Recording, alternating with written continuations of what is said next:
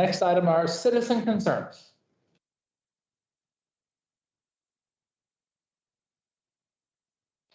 No citizen concerns. Yes, Peggy, thank you. Mayor and Council, I just want to remind you guys that Emily plows snow at 4 in the morning, and I'm so grateful for that. Keeps on waking me up. I don't know what it is, but I know, house. I know, it's great, isn't it? Yeah, she did. Staff has done a great job. This is one year I would be very happy to spend a little bit more money of our budgeted money for snow removal. I will just say.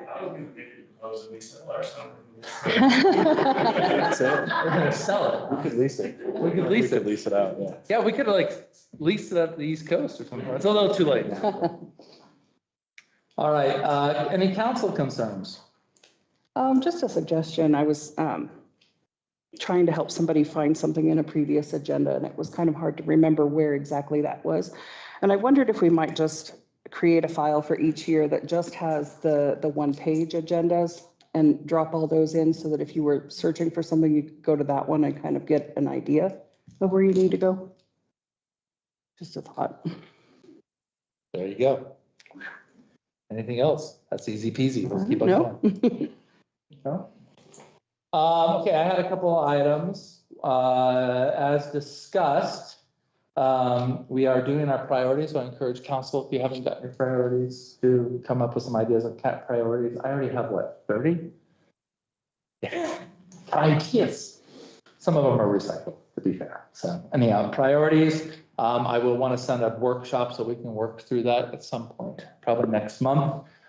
Next item, business license. I have been making some edits based on previous discussions that we've had publicly. And we will get a copy. I'm waiting for Ed and Amy to give me their green light on the business licenses, my amendments. Good look at that. Amy just did today, so thank you. But little things like, you know, we can restrict it so it's like only a 10% increase per time, once a year type of thing, and hard code it to $25 to begin with, little things like that. So I'll share that with you once, Ed. And then if I'll give council a chance if you have comments, and then what I'll probably do is send it to the Chamber of Commerce. I have had 2 meetings with the Chamber of Commerce and multiple other citizens. And so far, I think everybody seems to be in favor of what we got going on. It's pretty measured, inexpensive. The other item is the 5th penny. Our county commissioners decided to disregard the voice of the 3 towns. I'm a little upset. And if we weren't in a public meeting, I would use stronger language. But I did walk out towards the end. I was told that my walkout was pretty good. If I'm gonna go back and watch the video, I didn't think it was that great, but it is going to the, it will be a citizens petition, which I understand the Chamber of Commerce is picking that up. Regrettably, we will not be able to make the May election. It's actually questionable whether we would have made the May election because it turns out it has to be the first Tuesday after the first Monday. Very confusing language. So we're not going to make the May election. The earliest it could be on the election would be during the primary in August, which is not a bad time. Lots of people turning out to vote. They can vote on the 5th penny and other things. Well, just to clarify, because I watched the meeting online. I don't know how much I should really say or not. No, I figured I'll just do it for you. Because yeah, it's fine. I'm not up for election this go around. 5% is all that is needed, correct? That's right. 248 Okay. names, yeah. And if my math serves me right, the 3 towns that are incorporated have considerably more people. I'd venture 40%. Okay, just wanted to make that. And we've taken, what, Yep. 6 or 8 weeks to go through it? Yeah, it's crazy. So anyhow, I know it's a contentious issue, but I do think just putting it on the ballot so that the citizens can vote on it should not be terribly contentious. So if we had people in the legislature, we could make a permanent 5th penny, just saying. Anybody in the audience?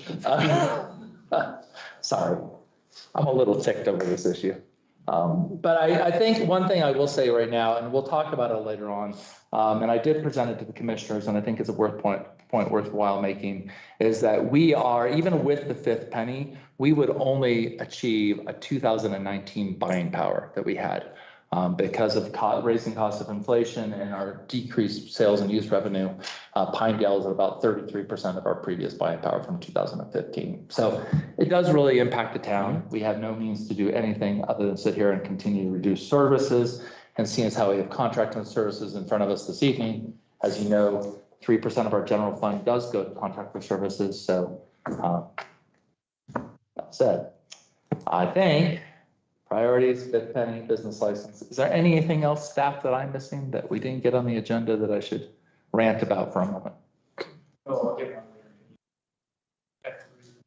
Okay, gotcha. Your rant is in the, yeah. All right. Okay, that's the end of the mayor's rant, otherwise known as citizen council concerns. Moving on to the next item, visiting delegations. Sheriff, you get to go first. Good evening, Mayor, council members. First of all, Mayor Murdock, I just want to personally thank you for championing the education piece as far as the fifth penny goes. And I know it's still going. Yeah. I've heard your radio ad and also what you put in the paper, and I really appreciate getting the education piece out there, because everybody hears tax and nobody wants extra tax, but once they understand and realize, I think it's, I was, as a county head, I was disappointed too that it didn't, the commissioners didn't put it on the ballot, but we'll still have the initiative, so it's good that the chambers going to continue that. Yeah. I was just going to say that they were really concerned that they didn't want to be the champions, even though you had already openly been the champion. So it's kind of interesting. Sorry, I'll probably make more references all night. Sorry. All right. Go ahead, Sheriff. So getting to the Suffolk County Law Enforcement Report for December, incidents were up, warning citations, arrests were down from the month of November. Total number of calls for 2025 for the town of Pinedale, 5,362 for the year. Total calls for the county, 9,823.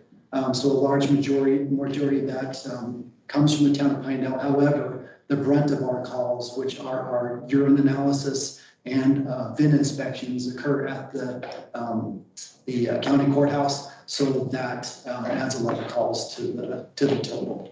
So any questions on the law enforcement report? Is that up or down from your previous? Yes, up from 2024. Considerable margin? Considerable, yeah, more than 100. Congratulations on this Safe Streets for All grant. I think that was on the agenda for later. Yep. But, awesome work on that. Another thing that I wanted to bring to your attention. So back in August of 2024, we were awarded a pilot project for virtual crisis care. And these are our AVEL eCare crisis tablets. Every one of our deputies has one on duty. There's one for the shift sergeant. We have one in the jail and one at the Marlton Sheriff's Office and one at the Pinedale Sheriff's Office. So AVEL eCare is a grant that is awarded through the Daniels Fund. It is a temporary grant. We are one of 6 agencies in the state that are currently using this. Some unfortunate statistics when I talked to the contractor here a couple of weeks ago. Suffolk County has had 22% of all the calls for the state of Wyoming. We are the smallest agency that is currently using these. We are second behind Sweetwater County in number of calls. And again, I think that is very concerning. The grant itself will expire. And so I'm working directly with the contractor to see if we can find additional funds to continue these. And just, how important they are. It's a huge time saver for our deputies. Prior to this, if we were to have an individual that had suicidal ideations or suicidal tendencies, we would have to transport that individual all the way to St. John's, and then we would be responsible for staying with them and bringing them back. That took 2 deputies, out of our county for an extended period of time. Whereas this, it's 24/7, and the individual is immediately put with a psychologist, certified psychologist, where they can talk directly with, and we have had a remarkable remarkable feedback and remarkable data that we're getting, and it's nice to have that. And what I really like is it's not that first call. What they do is they connect directly with our high country behavioral health, and then there's follow-up with that to ensure that that individual receives the appropriate care and aren't just left after that first incident without any follow-up care. So I will be working hard this year with legislation to try to get grant money to support not only us but the entire state. And how much does that cost? So so this initially came out in 2019, and it's through the state of South Dakota. And when I initially looked into it, to outfit our agency, I believe is roughly $60,000. That's the tablets and then the annual charge for what it would cost. I don't know how much that price has increased since then. Like I said, I don't. The grant right now is covering everything, but that grant will run out, and we're really hoping that the legislature can find some money to help support this.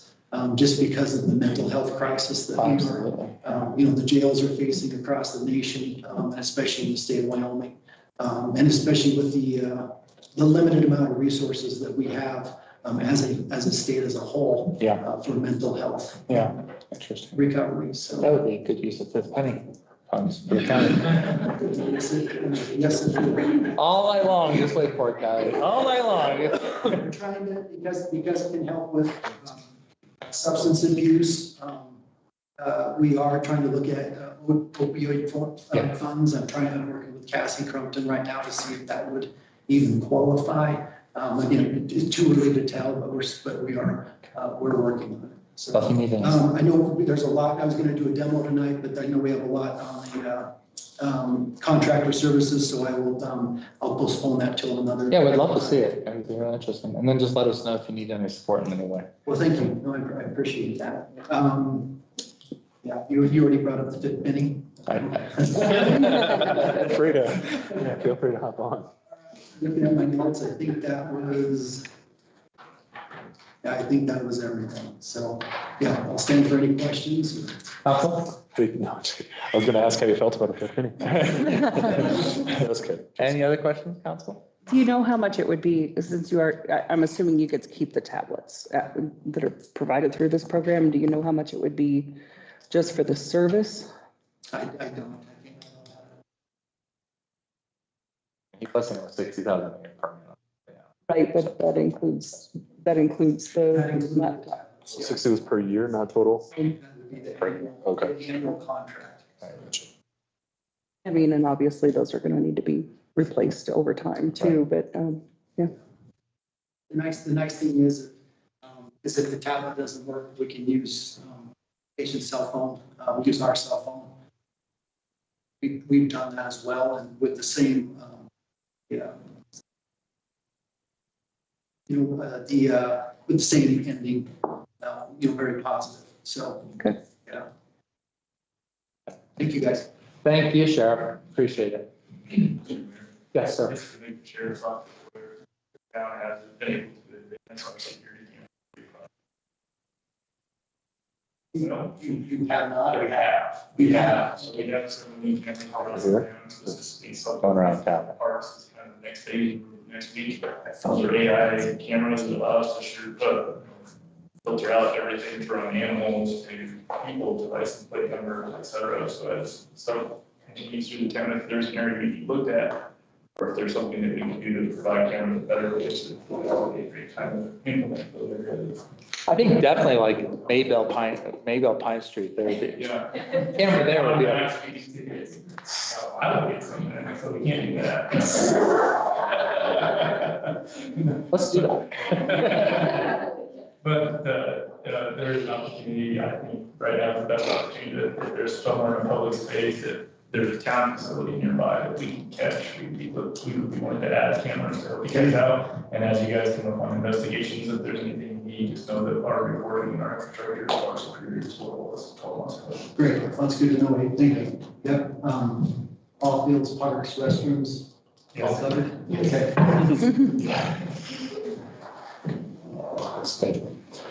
All right, next item on the agenda, our contract for services presentation. I'm going to go ahead and go in the order that I have it in the agenda here.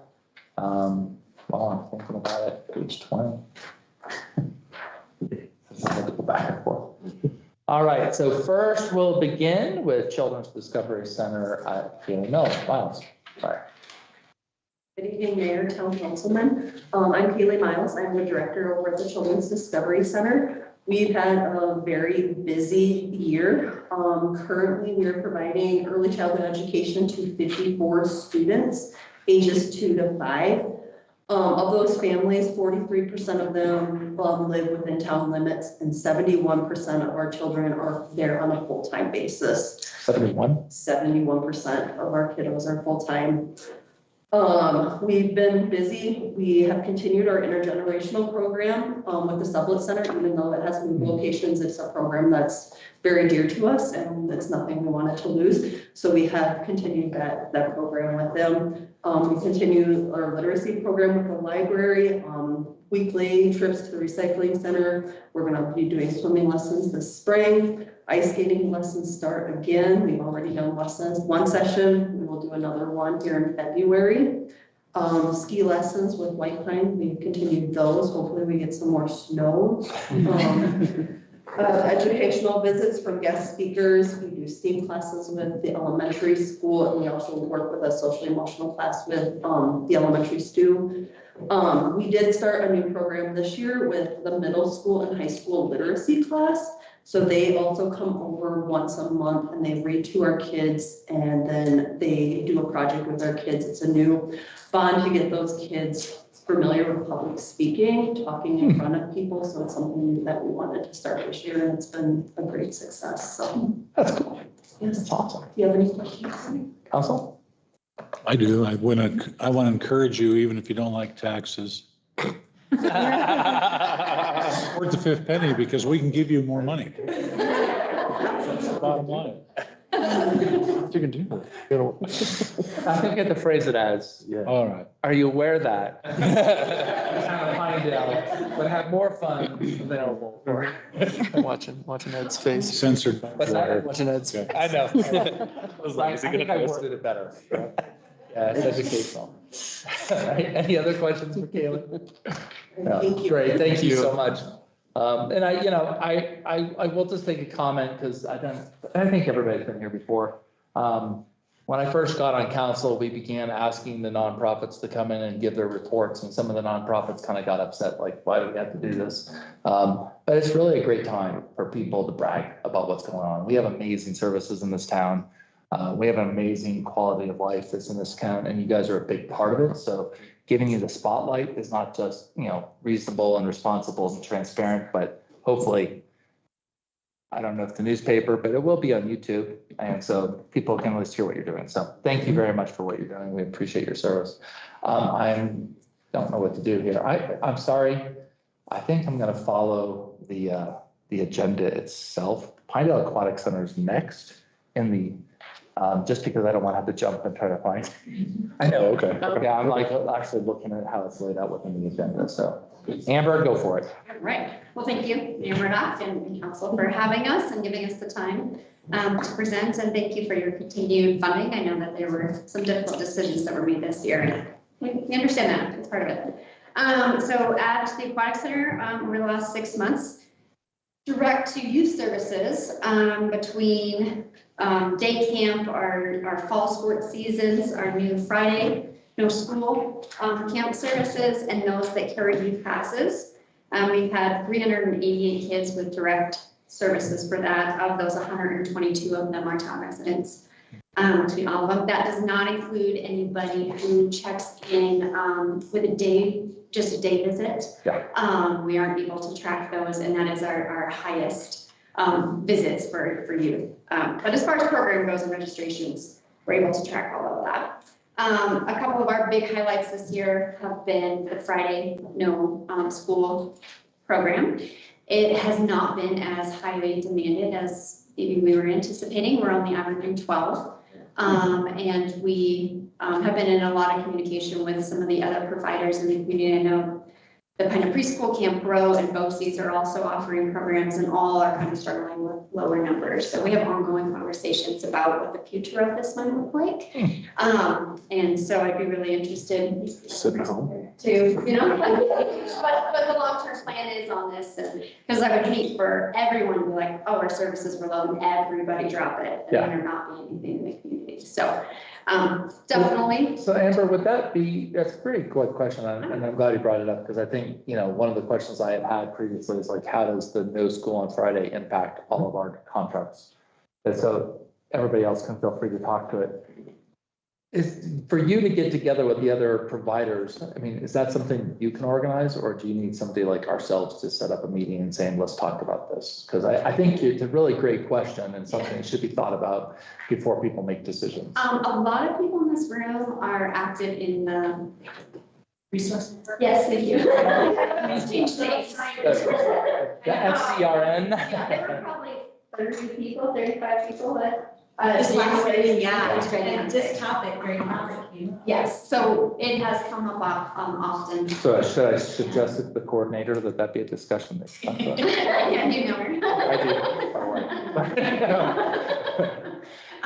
But yes, no, it is something that we are definitely talking about often. And then what is the need in the community is, you know, why is there this shift and what are others seeing? Yeah, that's Because of it. It's very very interesting. fascinating to Yeah. see. And, you know, at PAC, just on Fridays in general, our Fridays are steady busy. We average around 70 kids that just check in with individual membership or daily admission. And some more family use, but we definitely saw a difference when school was in session this last Friday. It felt very slow. So we do see an impact on it. It just doesn't seem to have that same demand as for structured programming. But we're seeing that same trend with our summer camp as well, that the number that are looking for full-time care as of elementary age kids has reduced. So I don't know if that's more people at home or people financially not being able to afford the services, or less enrollment, less kids in coming to, I don't know. Right. So interesting all the same. So, and then the other highlight for us would be just our NRPA mentoring out of school grants. We officially kicked it off with the Little Regular Friday program, but it takes the 10 Common Code of Ethics and incorporates it into all the activities and teaches the different ethics. We also embedded it into our youth sports programs. And so we have like the silicone bracelets that kids can earn for demonstrating it. And it's just been very well received, and we're really excited about that culture. Cool. So, I'll answer any questions that you may have. Council. Thank you. All right, next on the agenda is SAFE.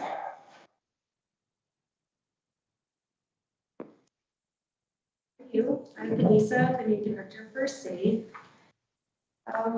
We've had some increase on the walk-ins and requests to help with legal documentation and things. Our numbers are boosting. I think they're starting to notice our outreach. Trying to hit both North and South counties, I'm kind of feeling left out. So I'm trying to bring them back in. Our housing needs have been rising. We've continued to work really close with all these beautiful resources to try to do temporary housing, hotel stays, relocations, and there's quite a bit of that. So, yeah, our volunteer team is amazing right now. The word has gotten out. We've got 6 active right now. 4 individuals are currently on boarding, and they just keep flooding in too fast for me to keep up with them. I appreciate it. Our golf tournament's coming up August 22nd. We gotta have a date for that early. Beyond the fundraising, we've been really actively trying to explore new ways for SAFE to be more integrated into the community. I feel like since I've taken over, a lot of people don't remember us. So we're just trying to do as much as we can to let them know that we're still there, we still care, we're still a free service. And it seems like the ball is starting to roll downhill pretty fast, which is great. Negative, but great in the same way. Yeah, I'd rather you sat there and just twiddle your thumbs. Yeah, Yeah. I would too, but that's not the case. But at least, they know that we can help them. We can partner up with DFS. We can partner up with all these local resources to help them make a better future for themselves. Because, you're all very well aware, we're not, they're the doom and gloom. So we just want to give them those baby steps so they can be better. We are working on relaunching and expanding our school-based prevention program. We're hoping that we can get that going in the schools for 2027. We've got a lot of upgrading to do on that. We just want to make sure that it's effective, it's relevant, that when we're up, educating our youth, that we're giving them appropriate information that's suitable for this day and age. We're just trucking along, we're just moving forward, doing the best that we can right now. So we just appreciate your guys' support, we love it. We continue to have you guys in the future. Any questions for me? Council, any questions? I'm gonna go easy on you tonight. Please do, I'll take the hard ones. No, I think, I really like to have numbers just because it helps me to track. I keep a record of those on another file.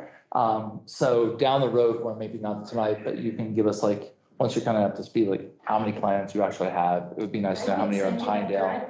And how does it compare historically from the year previously? Just, and that's always back and forth, because I know the last couple of years, there's been just less service available, but now that's changed. So, but it is nice to just have these numbers because it gives us a feel for where we need to press, right? So I see nodding heads back there. So thank you very much. And whatever your numbers you have, you want to just go ahead and forward them to me or to the town clerk, that'd be useful. But like I said, it's I like to practice. I'm one of those geeky guys. So thank you. All right, nice. All right, I'm going to go back. Becky, Children's Learning Center. Hello. Hey. I have a sheet for you with numbers on it. A couple years ago, we put on our intake forms, do you or do you not live within Pinedale town limits? And we tell you, it's a beautiful thing.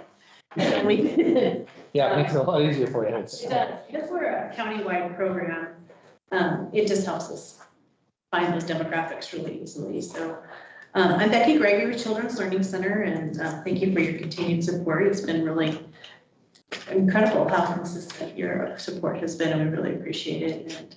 And we are the developmental preschool here in Sublette County, so we have a program in Big Piney as well as here in Pinedale, and so we are the agency that provides developmental services for special education from birth through age 5 for all children in Sublette County.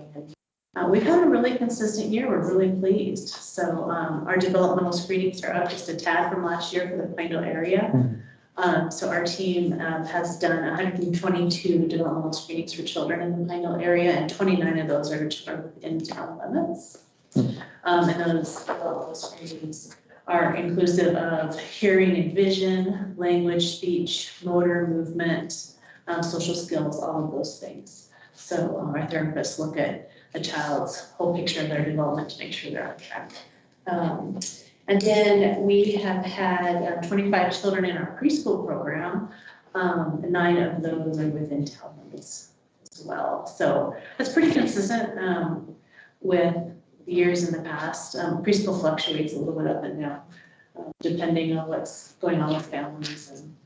But overall, it's pretty consistent. Slight increase on the screenings, which we love. We would love for every child in Sublette County to have a screening once a year, ideally. So feel free to spread the word. I know you do, and we appreciate it so much. So thank you. Thank you. Council, any questions for Becky? No? All right, any notice, you don't have an impact on Friday programs, that doesn't. We do not offer any programming on Fridays. Our program has never had school on Fridays. Just because we offer a half-day program, families often that fit with us don't have that need for the full day care. So it was a very interesting conversation with the thank you, the resource network about families and the impact of that. And one of the things that we there for this part was the conversation that I've had with several different entities that work with young children and families of the, we're seeing a lot of more homeschooling. We're seeing a lot of families with young children keep their children home, not wanting them to be in a preschool environment, more of a kind of a keep your people tight and close. We're seeing that. So that's really interesting. It's just interesting to try and figure out what's going on in our community because we want to serve as many kids as we can with respect to whatever the family values are. So yeah, really interesting. Do you think that translates into more students being homeschooled? Yes. We do. Nodding heads back there. Yes, and it seems like in our preschool programs, when a child qualifies for services for us, there's no fee for that service. And so they can come to our preschool free of charge. And that's state mandated, that those funds are for. And so often we'll work with kids, I can think of 2 or 3 every year. Instead of transitioning into the public kindergarten system, they do a homeschool. So it just fits the family's preference, but that's really interesting to us that number is increasing. Yeah. Are you having any difficulties, if you have folks that are, what? No, I found these numbers fun. Go ahead. If you have folks that are, opting out of sending their children to daycare, preschool, are you seeing a corresponding decrease in screenings? Or are you struggling with like outreaching to that group That's a great demographic? question. So our screenings have been pretty consistent. Okay. We have really great partners in the community that refer families to us, the clinic, public health nurses, other programs. We go into all the other programs and word of mouth from parents. This year we did a little spiel at the library during parent story time, and that was great because then parents could ask one-on-one questions. So we're seeing it consistent, but it's interesting that the word is still getting out. We love that. We want all of the families to know that we're there if they need us.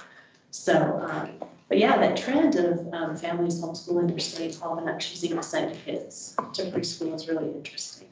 So we're watching that closely. Yeah, interesting. Yeah, it is. It is interesting. Thank you. Yeah, thank you. All right, next up is Carla with Mesa.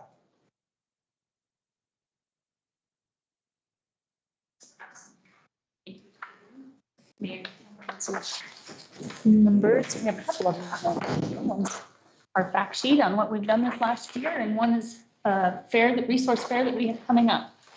Pretty excited. Mesa we had a great year. I feel like our numbers were a little bit down this year, but we had 5 Mesa families move away this last summer. And so that was really interesting then to see. And then along with what Becky has to say, we have a lot of our families that we do have in Mesa are homeschooled, which is actually beneficial for us because we have to work our programs within our school district. So school schedule, and when it's spring and in the fall, we have to have lessons are finished by dark. It gets cold out. So it really works for us to have some homeschool kids because we can actually have lessons during all these works out really well. We have an amazing group of volunteers still. We have about 19 volunteers that help throughout the county. Our horses are still amazing. They're still an older herd and they're a small herd. So that is one reason why we haven't pushed real hard to increase our numbers. We saw in 2024, pretty grumpy horses that fall. They weren't enjoying the lessons quite as much as our kids were. So we know it's really important to keep our horses happy. And so we kept our numbers down a little bit this year to match what the capacity of our horses had. And they did a lot better. We also went to some of our staff on our board went to a really huge accredited program outside of Omaha, Nebraska that serves like 250 kids.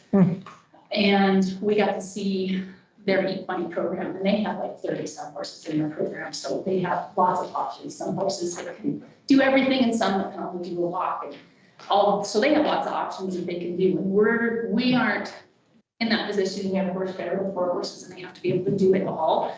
But we walked out of there realizing that we have a pretty amazing set of horses. And we have a really cool program and we have fabulous volunteers compared to some of these other programs. And then we were able to later this fall, go down to a really small program, very specialized program, and see how they operate down in Arizona. And we were able to walk away with some new ideas and some things that we want to implement into our program this upcoming year. But it was also really rewarding to see that we have a really good program, and I couldn't be more thankful for our volunteers and the horses that we have and the community that we have that supports our program, because it's pretty neat, pretty special about that. So I truly appreciate that. About 3/4 of our kids are town residents. There was something else in 2024. We had our 150th rider come to our program, and we've had more than 200 volunteers and 200 riders so far. And this will be our 15th season of riding. So we appreciate all that you do. Do you guys have any questions? Guys? Great job. Questions? Are you, it sounds like your horses are getting a little bit older. Are you starting to look to add to your herd? And we have been looking. Okay. But it's like they're worth their weight in gold when you find them. Yeah. And they really cost that much too. Very difficult to find a grant to buy the horses that we're looking for, but they have to be in their twilight years, really, Yeah. if you're gonna find the horse that we're looking for. If you wanna find that young one that we wanna keep in our program for the next 10 years, they're gonna cost a little bit more. And they are really, really special horses to find. So we're not in a hurry rushing to find that horse, because if we're in a hurry, it's usually not the right horse. Safety is Literally. Safety and having fun is the most important thing that we care about. And we've been really fortunate in the 15 years of our program, we've never had a big wreck. So we've had some kids have to dust off the dirt road. So, That comes with riding horses. Let's be honest. Right. yeah. All right. Any other further questions? No? No, we're still outside. Yeah, we are. We've been really fortunate though at Mr. Shorter's place. We can eat under his lean to when the weather gets bad. So we'll just we'll just get off the horses and we'll be underneath the shed. We'll do unmounted stuff and stable management, things like that, and veterinary stuff. So, but no, we have not found a barn. We've been exploring pretty hard. What about that Century Link pole barn? Across the street from you. Yeah. Welcome that neighbor. Horses, that would be kind of fun. Oh, great. All right. Well, thank you, Carl. All right. Next up is going to be Allie, Pinedale Preschool. You have your document here.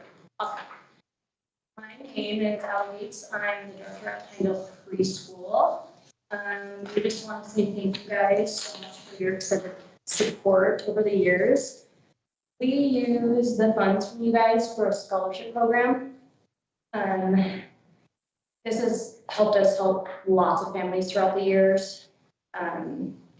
This year we have 17 kiddos, which is down from previous years.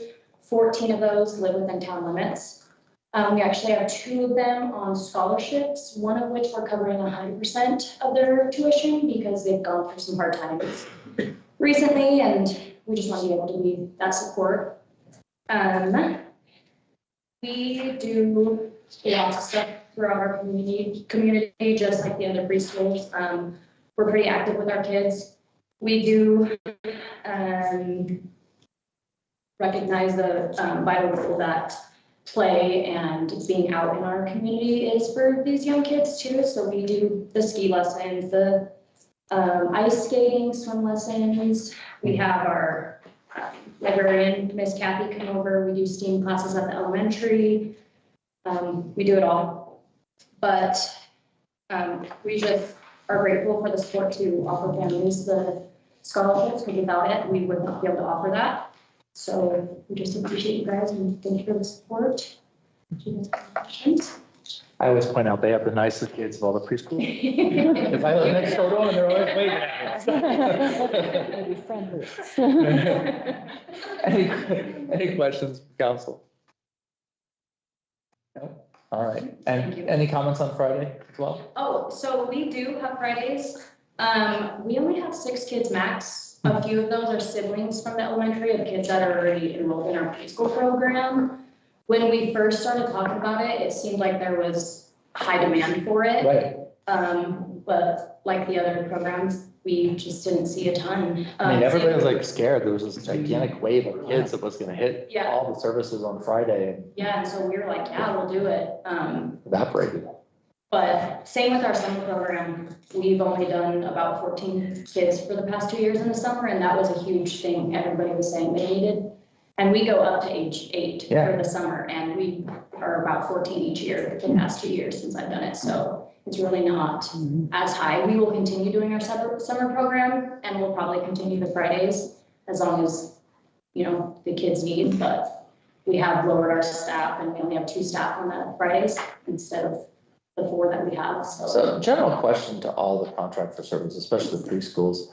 Do you feel that it's an issue of pricing that keeps some of the people from sending their kids to your programs out of curiosity? Or is it just disinterest? Or I don't think your prices have gone up too much. So I'm just curious, like, is it economic? Is it going back to, you know, Becky's comment, people just don't want to send their kids to preschools because we're gonna be.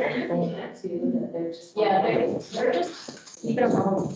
I know, I do talk to Tamara from the elementary a lot, and they saw a lot of going into kindergarteners back out to homeschool as well this year, so. So it's more of like a cultural shift away from being in public as opposed to, I mean, I think there's probably both going on, but just to understand.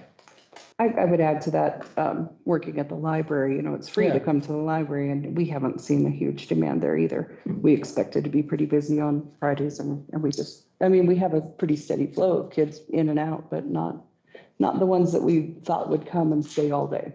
I guess the final question, and it's open to anybody, but I mean, I guess the flip side could just be that, you know, the kids aren't here. Maybe the inventory is low. We just don't have many kids in Suffolk County. That's not the right way to talk about children, I know. Yeah, the lower age divisions, I don't know how much that is. Yeah, but I guess- Here, or. Right.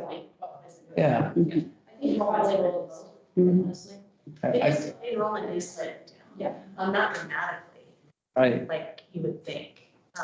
Seems like we're always bumping into like middle-aged people or singles that are moving into Pinedale as opposed to young families. So I don't know if that's part of it. Like I said, maybe it's just the number that's lower and therefore Yes, I wonder about families sometimes, if that's an affordability issue.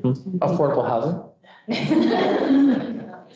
Direction. I know. Probably won't be the fix, but. Well, I don't know. Fifth Penny could help.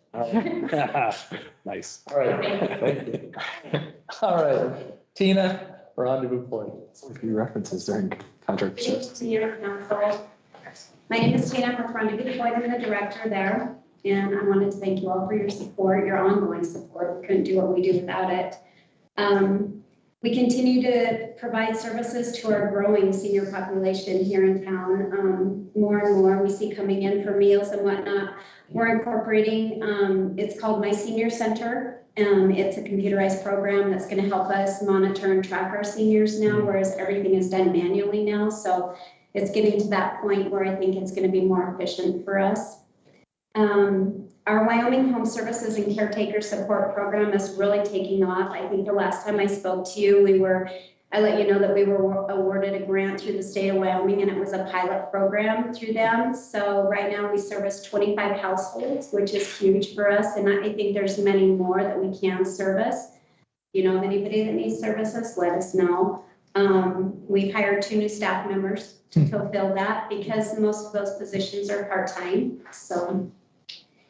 And then we have our huge pie sale coming up. If anybody wants to come over for that, we're gonna have a live auction for that. That's gonna be in March. That's one of our big fundraisers. Okay. And other than just welcoming so many new seniors, which we love to see new faces there, we have a lot of activities. Right now, we have a clinic going on with the University of Wyoming. It's an Alzheimer's clinic, and it goes along with our caretaker support program. So we always have something new going on there. So welcome all of you to come to lunch. Check it out. So, any questions? I'll steal Matt's question. You said there's a growing senior population. Do you know like what percentage increase that's been? I would say probably about 15% we've seen which for us, it's been quite an increase. That's why we did look at the program we were looking at, just because it's becoming too much for my staff to actually just do everything manually now. Yeah. So it's really become a lot more. I'm surprised that our lunches are becoming busier. Well, I know. I always hear people say it's a great meal, so. Sue's got the best lunch in town. You guys got- I have a quick question. Just, you mentioned this program that tracks seniors. Can you just talk a little more about that? And how Sure. is So that? it's, if any of you've been over to Marbleton, they actually have it over there. So they'll get a key tag similar to what you get like at the PAC or anything like that. You can, they'll just come in and they'll scan it in our system. They can go online, they can sign up for transportation on there. It monitors and tracks all of our meals, all of our activities. So whenever someone comes in for yoga or anything like that, they're just gonna scan their card, and instead of manually doing a sign-up sheet, it's automatically gonna make these reports for us, which is really awesome when we have to go and turn this into the state at the end of each and every month. So That's great. we're excited for it. Mhm. Any other questions? No, thank you so much. Thank you very much. I will make one final comment going back to this, the town of Pinedale every few years does what we call a prioritization process where we just pick big, hairy, audacious goals and say, what do we want to do? And some of them have been on there for 10 years. Some of them we've knocked off a lot in this last couple of years. But I do encourage all our nonprofits, like when we get that list being built, you should look at it because you might have some input of things, a way of looking at it differently than we do. There might be things that we as a town can do that would make your jobs easier. I mean, some of it's obvious, like give you more money. Some of it's like, right? I mean, that's the obvious stuff, but maybe there are other things that could be done. So there we go. That's it. All right. Any final questions, comments? No. Yes. Good. Jump up. I gave you a flyer up front, and I can plug into that messenger as well, but this is the first year we're partnering with the Suffolk County Wellness program with Becky Crow, and we're going to sponsor a special needs resource fair that's geared for families with special needs and elderly assistance. So we're going to have it there. We're going to have some vendors in at the library on February the 7th that morning. And then at the end of that morning, we're going to have a prevention intervention training for suicide. It's a 90-minute training that we'll also be having for during that. There's a free lunch. And we hope that we can see people there, and they're going to have a really good list of 75 providers around the state that can help our special needs in our community. All of these flyers on the desk. Yeah, that's great. Thank you, Carl. All right, any other comments? No? Thank you, everybody, for your attendance. We'll move on to the next item in the agenda. You're free to escape. Hey, next item is the consent agenda. That's right. Within the consent agenda is the PFAC sound check permit applications. A quick question on Amy rather, well, amen, Amy. I'm not looking at the document right now. Do we have a concert or sound check during the storm? Yes. We did at one time, and they did some date shuffling. Okay. Councilwoman Joy says it is on there. It's the August 14th should hit that. Mhm. Yeah, and we have a date for PFAC on the 14th also. Okay. Excellent. Thank you. Yeah, I looked at that too. Next is the procurement for core main pH inline probes, procurement of Trojan Technologies UV lamps, teletractor corporate snow removal sand, airport security cameras, and notice of termination with Granicus. That specifically relates to the fact that we're now going to be going Blue Blade to solve our permitting discussion. So there's no further questions. If council would like to remove something from the consent agenda, we can. Otherwise, I would entertain a motion. I move that we approve the consent agenda as published. I'll second. Okay, moved by Councilman Loftus, second by Councilman Swafford to approve the consent agenda as published. Any further discussion? Hearing none. All those in favor, please say aye. Aye. Those opposed? Motion carries 5-0.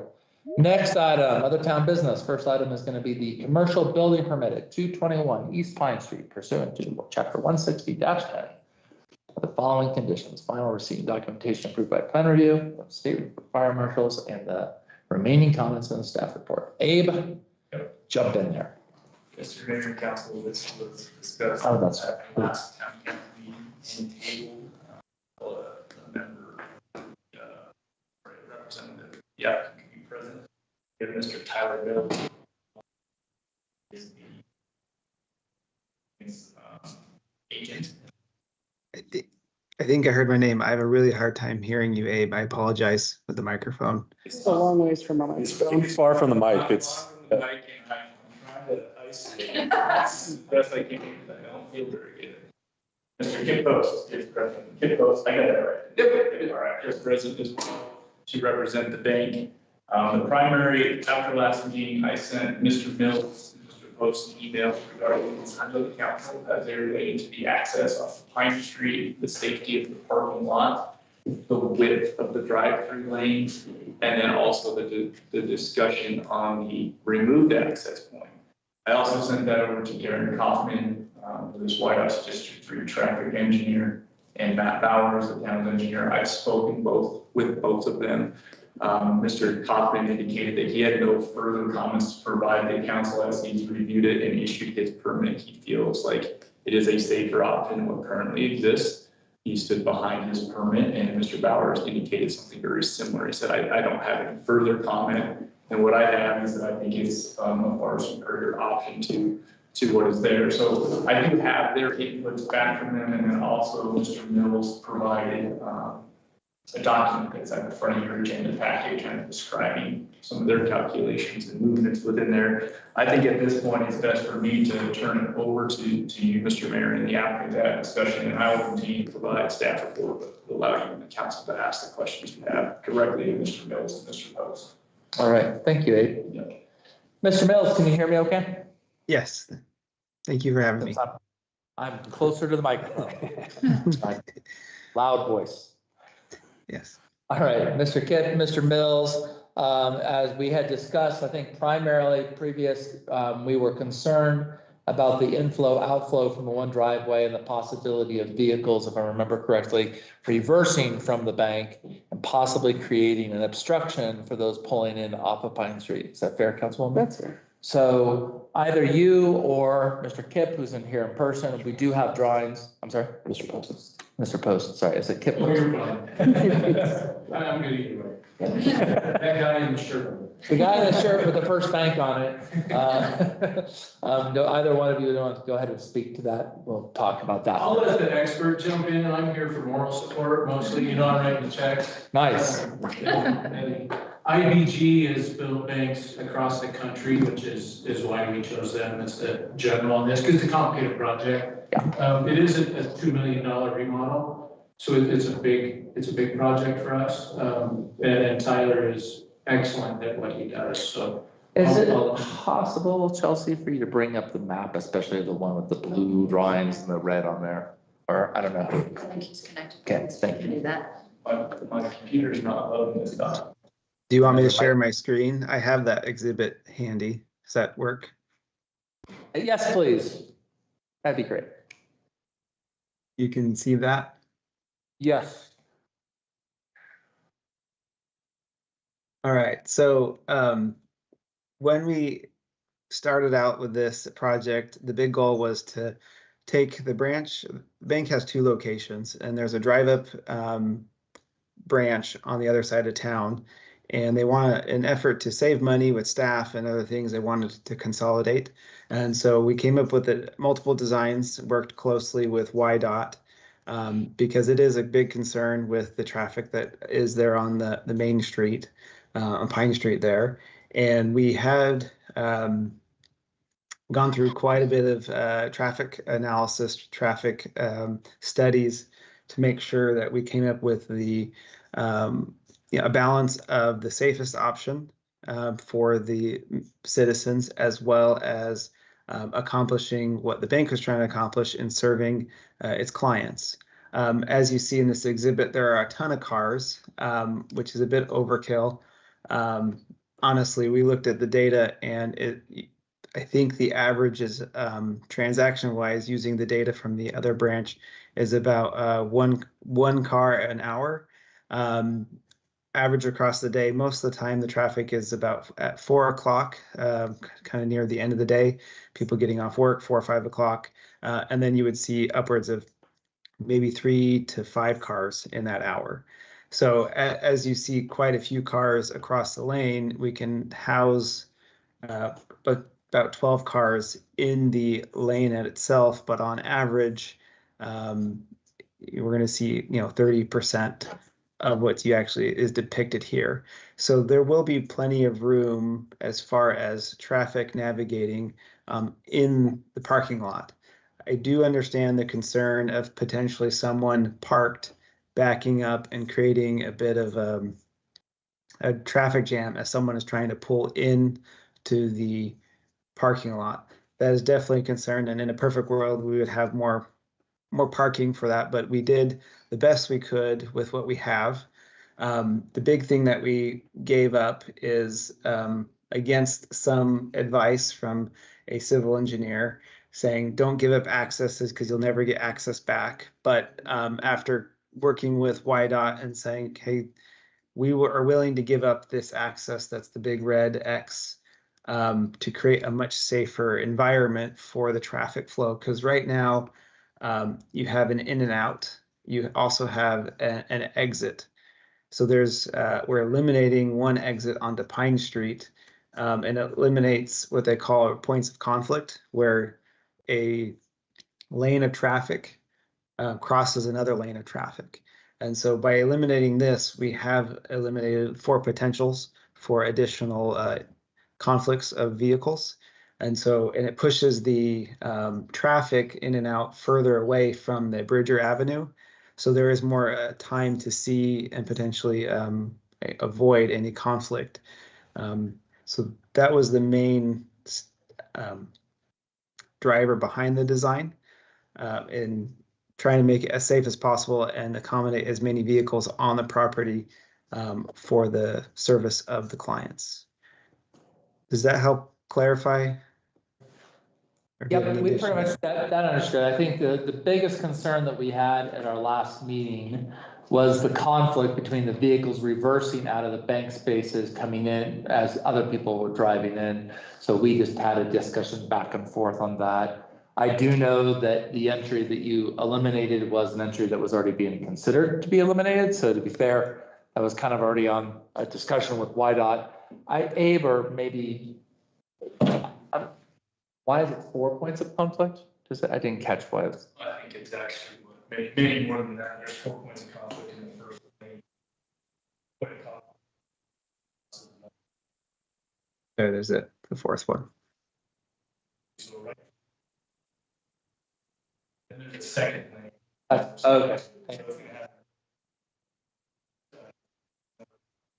Okay. Turning.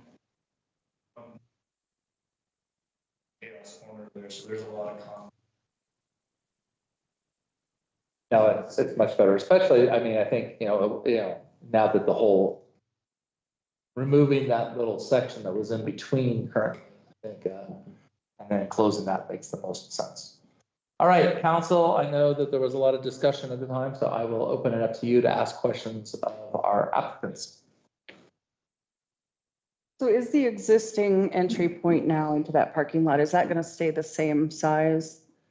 No, it's quite a bit bigger. I don't know if we have the numbers, Tyler. We're talking about this entrance right here? Yes. Yeah. We're getting rid, I hate getting rid of green. I really do. I don't like getting rid of trees or grass. But we had to do that in order to make it a bigger and safer parking lot. So a lot of that is going away. We'll have some green space on this picture, be the left side of the building.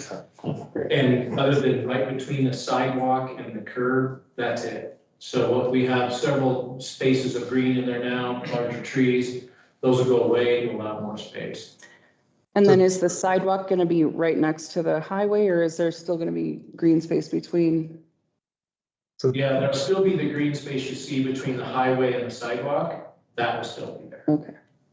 The approach will stay the same size. What we're doing, we are going to shrink this green space here back a little bit on both sides, as you see in the drawing. It's a shorter approach to give more room for that drive-through, to approach the drive-through. Yeah, that makes more sense. It does. So the- It's, Yeah. I think my concern with it last week, and then I went and looked at it pretty closely this morning. It just feels so tight. Like if you pull straight in and park straight at the building, and then you need to back up and, you know, you're gonna block everything. And then if you come to leave the parking lot and somebody's waiting to turn into the parking lot, it just seems like that's awfully tight, and that, you know, obviously the person on the highway is not gonna be able to turn in if somebody is waiting to come out, especially if they want to turn left. And so I'm having a hard time envisioning how it's gonna work with the space that you've got. But I do appreciate the fact that you're doing the best you can with a small space too. So in general, easier, I get absolutely what you're talking about. But we're gonna have directional arrows that go this way.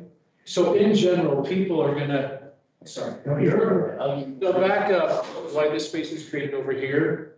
And in general, drive through the drive up. That far lane on the drive up has an ATM again. That's really where your passenger traffic is gonna go versus coming out here. Well, and see, that's what the discussion we had last time was, you know, why not just make it a one-way? It seemed like that would help with the flow of traffic better and maybe reduce some of that danger. Would that be something you'd be open to, or is that? I think that's where we were headed, right, Tyler, or am I? Sorry, I can't see what I point my fingers at. Currently you have an in and out in the same Correct. open space. I think the question was, why not make that an in only rather than an out right there? Yeah, that makes sense. Thank you. So to be honest, it is wide enough for 2 lanes, and that's how it currently acts. If we turned it into a 1 lane and we left it the same width, most people will just assume it's a 2 lane. So, and I like it to be wider just for easier turn in. And so even if we made it a 1-way and put signs to exit out, the trouble we have is technically the ATM lane is still there.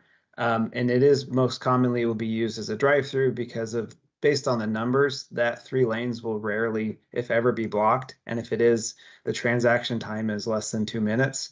So it'll never be blocked for longer than 2 minutes. Maybe 4 or 5 at most. So in general, it'll end up being used as the drive-through, but it is not technically a free access because there are services in those lanes. So based on that current plan, we do need to have an egress on that approach onto Pine Street. And what about like a right-hand turn only or like a no left? Thoughts? I just think you're gonna get stuck. Like there's so many problems there at some point. If we put up a sign that said, your right-hand turn only, so this person could only exit this way, going west on Pine Street, you would eliminate additional points of conflict. As long as people are following that sign. I know that you say, hey, right turn only, but people will do what they do because there's no median to physically block that. And we wouldn't, as a bank, have an issue with putting a right for only sign up. That's makes much more sense than, because if we put arrows on there that say, people are not gonna follow them. Yeah. But at least a right-hand turn, they're already there. It's right there. And if you got sheriff's department to come over and write a few tickets. Well, even if, no, but I mean, listen, if you had it so it was a right-hand turn only and 10 or 20% of the people didn't respect it. Yeah, it's still a better solution than, right. You know, so I mean, I think that's an amenable option for sure. Well, and everyone knows, I think the sheriff and them are talking about the post office, but Third person, trying to like, turn, really? trying to turn left across 2 lanes of traffic right in the middle of town is usually a pain anyway. It is. Why not You just sit sit there there? and wait forever and eventually you turn around. And the other problem too is, your numbers show that your busy time is around 4 o'clock, and that's when everybody's headed to the school to pick their kids up now that they're getting out later. So it just, I want to be careful about how we approach I did have this. a conversation with the bus companies and talked to them about school traffic. They said it's negligible to zero on Bridger. I would disagree as a parent, but I know the buses The don't. buses don't do that, that's for sure. Well, the special needs bus goes that way, but it's the only one, but it's, and this is a bigger problem in the morning when you're, trying to get there, that there's so much traffic that needs to turn there and things get backed up on Bridger, farther up than where you're at. I'm just concerned that if we add a lot of traffic right here and then people are also trying to come out on that same spot, that was my concern. I think, you've done a good job of addressing a lot of what I was concerned So if about. I understand correctly, council is in general okay with this, and we would just possibly ask that would be a right-hand turn only exiting the bank. I do have one other comment. Yep, go for it. I have a handicapped brother-in-law, and he couldn't get out of his van the way you have your ramp there, because he'd have to back in. Great observation. Our current handicapped access is not handicapped. It's what we have at the current bank is terrible to get in down. That's one of the things the architect did, was change this to make certain that we had easy access for someone in a van with a wheelchair that drops down, so that they can get out. They have plenty of room in this new version. They don't now. And where you enter the bank is almost impossible with a wheelchair, what we have right now. The new one will take care of that. Colleen was really specific on making sure. Okay. I think, That doesn't answer the question of the folks that have to get out the side door, because they're gonna have to get out the side door in your landscape if they pull in. They're gonna have to back in to get out on the ramp section. Because some of those wheelchairs through the van load through the side, and then The passenger side. and then they wheel into the driver's seat. So my So- suggestion would be that both those be handicap slots, and then you have it covered both ways. Or could you, or Just could you? move your could you handicap just to move over a little. split yeah, the difference? say per current code, we're only required to have one. But it is a fair point. If we want to make two, we can, as a KIP, as the client, you can make that decision, or we can move it to the one in the center, for those van functions that they can exit on the right side, and then they'll have to back up and then exit out through the ATM or through the right-hand turn. We're okay with that.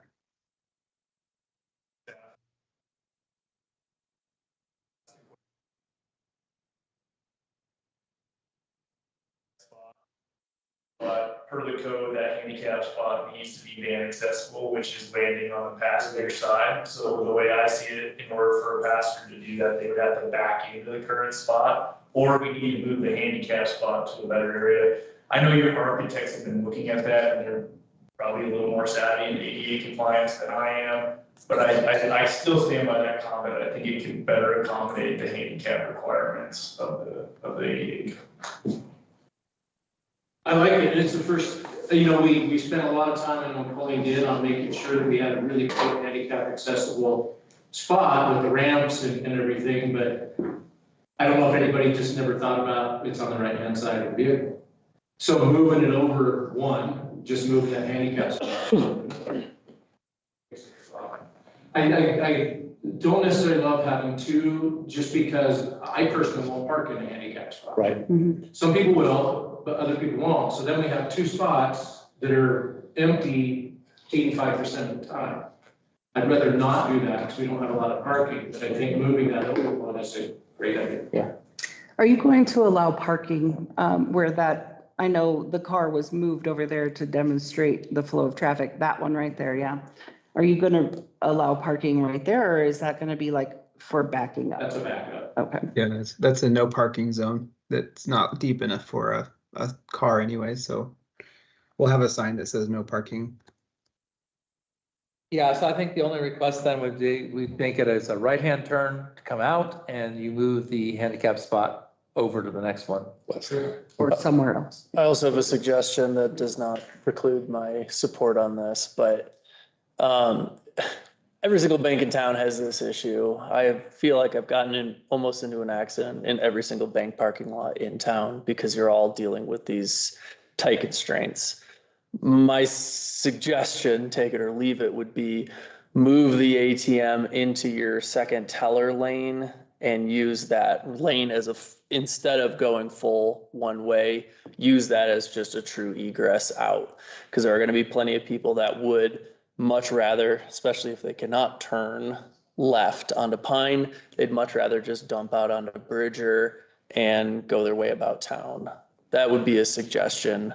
If I was using this parking lot and trying to get out, whether it's one way or not, I'd much rather just go through that if it was an egress and on ATM lane. And I mean, you've done your traffic on your drive-through, but I know a lot of folks, are either going to use one or the other. And I know there's banks in Jackson, for example, that are doubling up a teller lane and an ATM lane.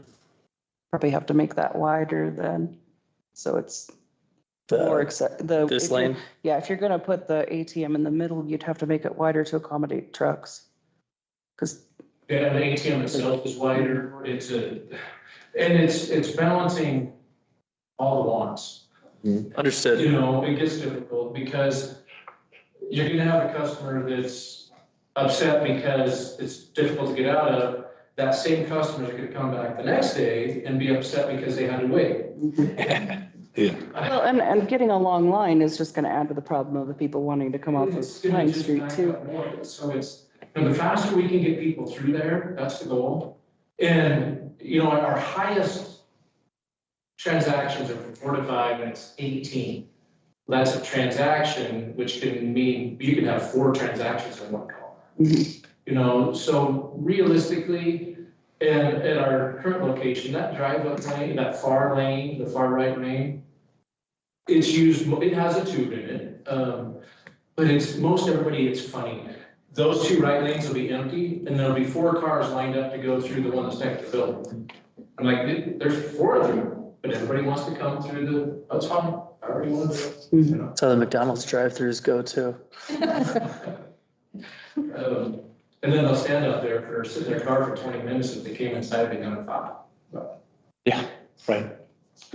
All right, so we're good on this. So we're gonna move the handicap. We're gonna make it a right-hand turn. And access closing and removing that access point. And I think we're good. And your plan is to just have the one location then after this, correct? Yep. Okay. That building could make a great city office. Affordable housing. Convenient. Got a nice Because one we there. don't have enough space here. I'll talk to the post office. So how about that? That would be really. It would, I know. Do you own that building? Yeah, we do. I don't think that's. No, well, then you should contact the Denver office, the US Postal Service in Denver. And get us. Just talk to the real estate office and say, we'll give you a really steal of a deal, long-term lease, and Plenty of land there to add on. there you go. Our color. Trust me, it's bigger than they need right now, so it'll be well set. All right. Good luck in getting through it. We all good with this? Yeah. Mr. Mayor, the only other thing that was discussed, I think was that last. Yeah, so removing the access, replacement of the sidewalk, and ADA compliant. I think that was it, right? Got it. Okay, excellent. I think we're good. We need a motion in here someplace. My thing is suddenly much bigger than it ought to be.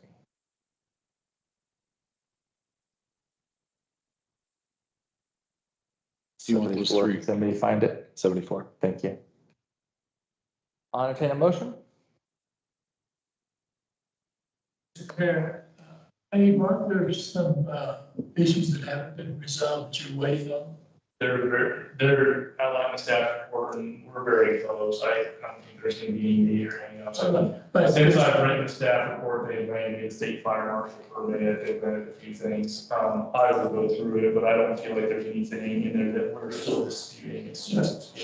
But where I was going was any motion to approve the building permit should be made contingent upon staff's wrapping up their budget outstanding approvals. Yeah, this says approved plan review from the Wyoming State Fire Marshal's Office and resolve the remaining comments in the staff.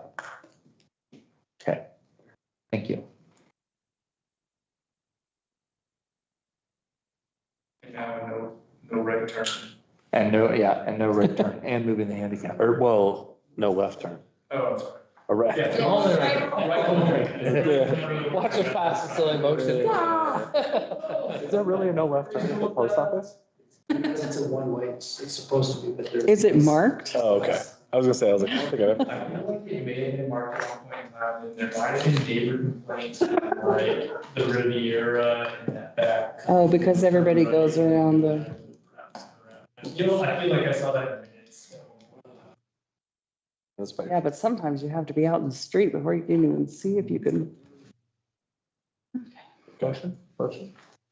I move that we approve a commercial building permit at 221 East Pine Street pursuant to 160-10C2 with the following conditions: final receipt and documentation of the plan review from the Wyoming State Fire Marshal's Office, and resolve the remaining comments in the staff report dated 1/7/2026, as well as a no left turn and consideration for movement of the handicapped parking space. I'll second that. Is that good enough for? Okay. All right, it's been moved by Councilman Swafford, seconded by Councilman Loftus to approve the commercial building permit at 221 East Pine Street pursuant to chapter 160-10C2 with the conditions that the final documentation will be approved, plan review by the fire marshal, staff report dealt with, as well as the no left-hand turn and moving the handicap spot and obviously closing up the access. Anything else? No, all those in favor, please say aye. Aye. Those opposed? Motion carries 5-0. Great, thanks, sir. Appreciate it. Thank you. Thank you. Appreciate you guys coming.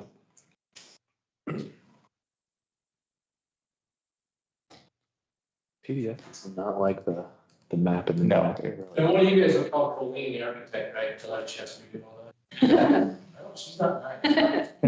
Oh, she- You're on the record, sir.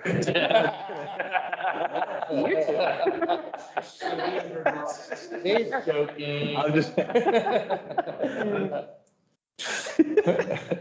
Just looking at. Go back and watch the YouTube video. That's what he said. I'm on 129. 132. 132. I just got there.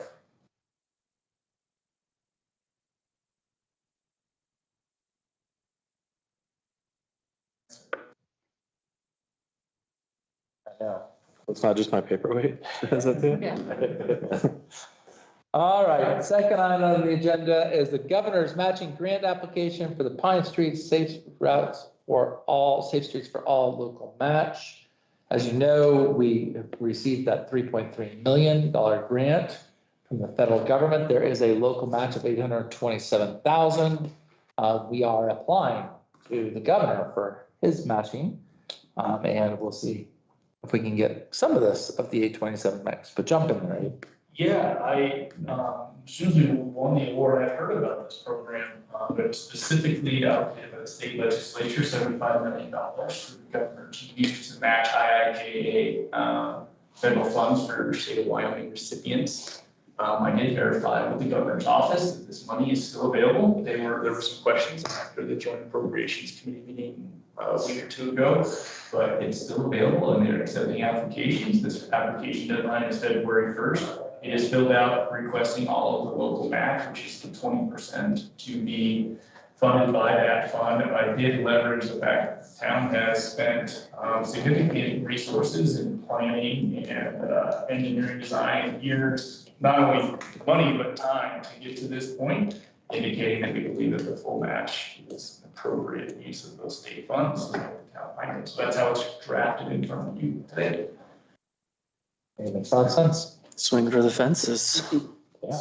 Yes, we should. Yeah, we should. And YDOT's very happy about this 3.3 million. Yeah, everybody's in the honeymoon period right now. So now YDOT's always happy with us. What do you got to do? All right. Yeah, so as the person who always points out grammatical stuff, I just want to commend you for, this is an excellent application. It's really well written, so.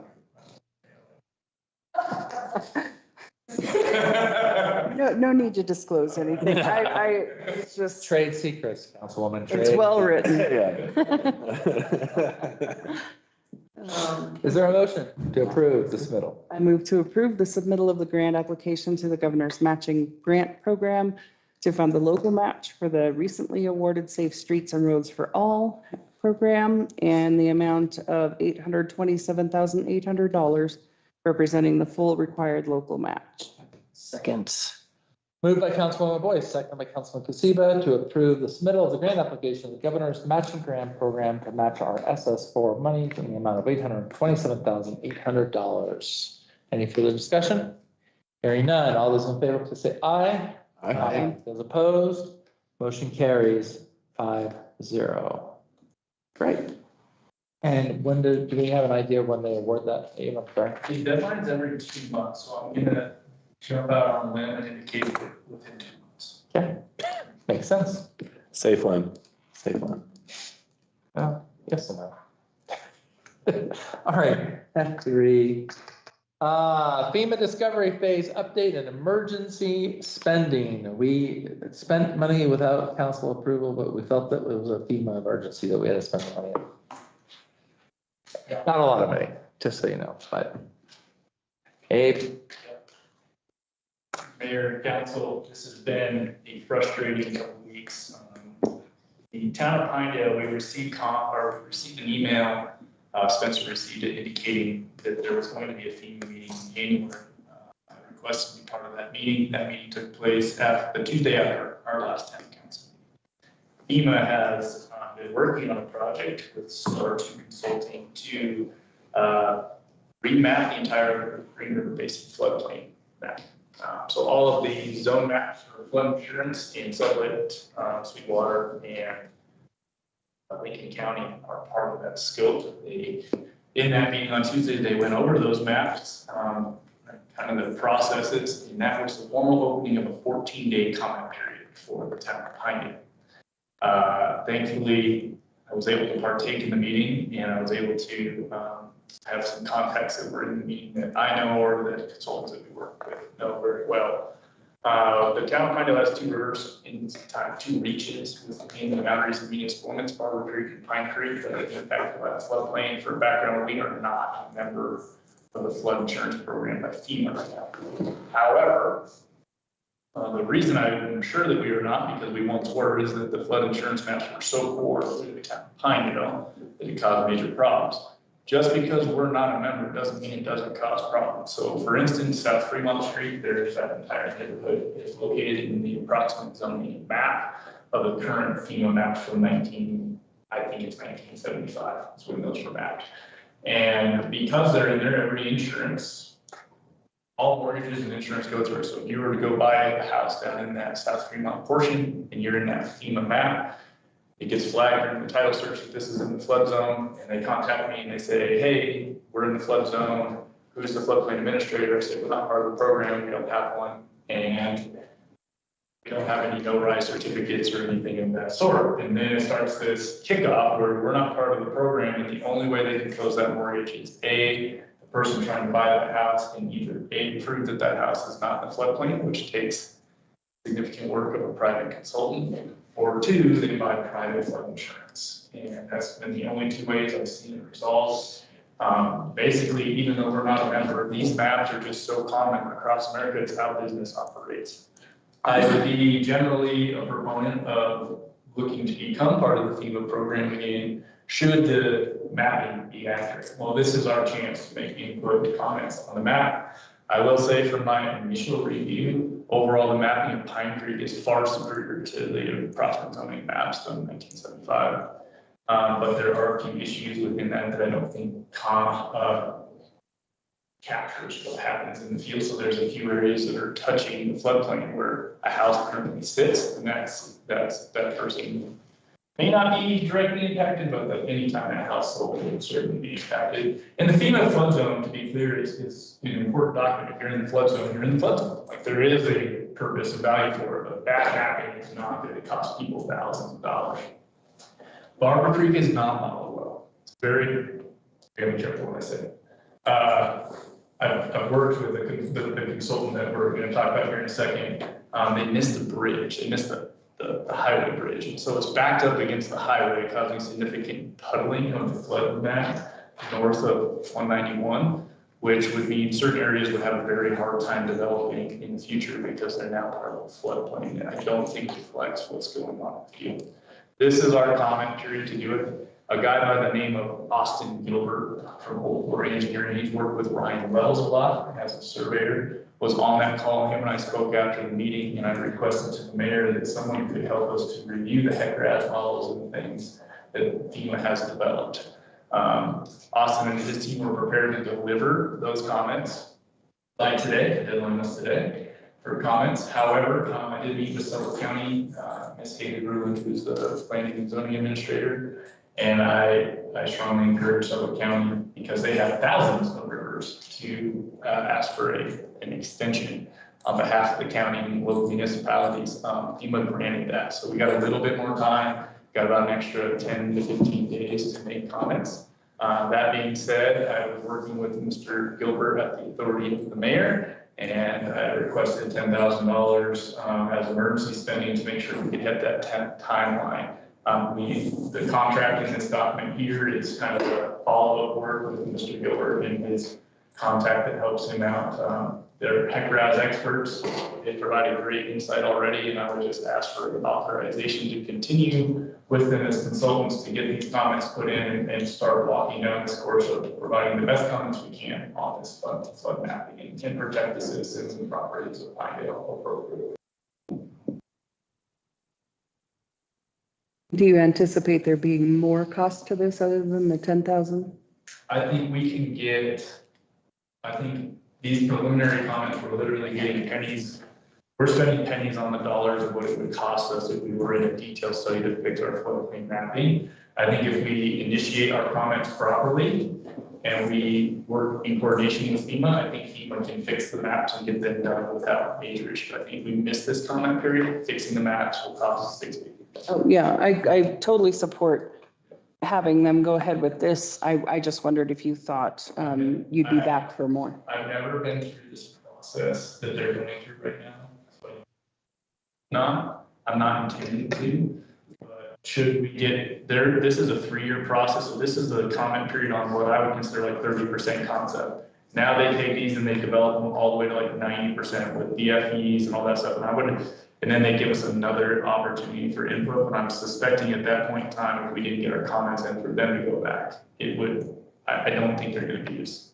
Okay. There might be an opportunity for more there. I don't know. Yeah, my question was more like, we've spent the 10,000 for him to deliver everything up to today, which was the deadline. If we have an extra 2 weeks, do you anticipate that we'll need to spend more with him? Weeks, I don't think we'll need. Okay. I think I can report back if we need more in the future, but I don't. Okay.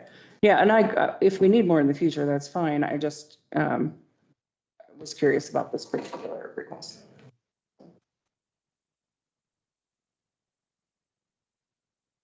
Love it. Spend emergency funding authority to respond to emergency planning. Yeah, well, I'm curious, like, if there was an open comment period, how was the town not notified of that? And presumably the county, people who are affected by it, you would assume would be the ones that would be invited to comment. I'm not spoken to a single person who knew this was happening. So Haley was caught as off guard as I was, and she's got a down. We've all common sense. Yeah. I know.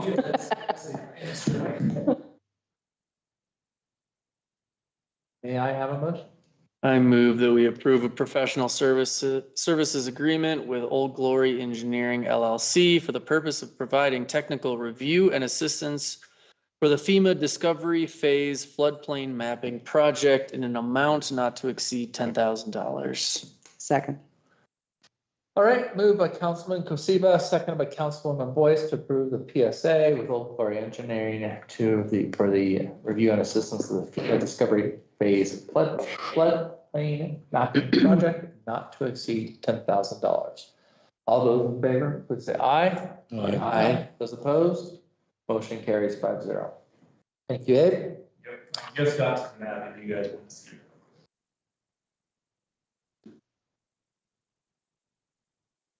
So this is the bridge missing from the model. This is all now.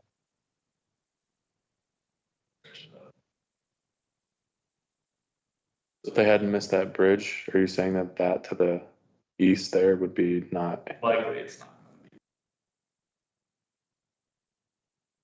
It stops at Bay, and then I can, this is the new fork, all of this over here, is clearly part of their left and right of bank for the new fork, and so Barber Creek just stopped at this highway. Then, yeah, okay.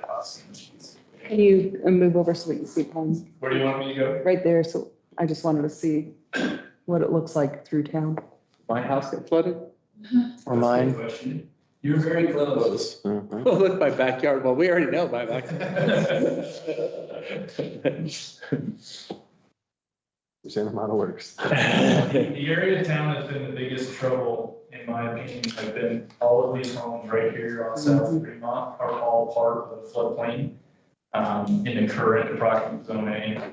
I don't think they're part of the floodplain. I don't think this map is accurate either. I think they missed this bridge right here, which is the North Bridge on Tyler. So I think there needs to be some adjustments there because like the channel's not even showing water in it. So there's some clear, the key is trying to get your input where they can tweak it and not go into a detailed study. I can show you actually a really good example of what we don't want to see, and I believe it was in Saratoga. Austin Gilbert helped in Saratoga. They had a threshold similar to this, and it flooded on the map like 5 blocks of town, and all of a sudden there's like 50 homes underneath the floodplain, and there's no way to get out of it without doing a significant LOMA with FEMA, and so this is the opportunity.